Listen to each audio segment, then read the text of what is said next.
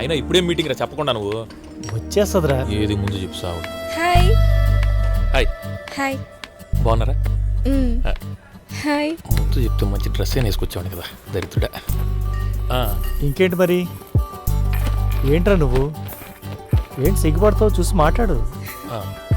Hi. And she is Kavya, తెలుసు కదరా. My best friend. ఇంకేంటండి సంగతులు? మీ ఫ్రెండ్ ఇప్పుడు మీ గురించి చెప్తూ ఉంటాడండి.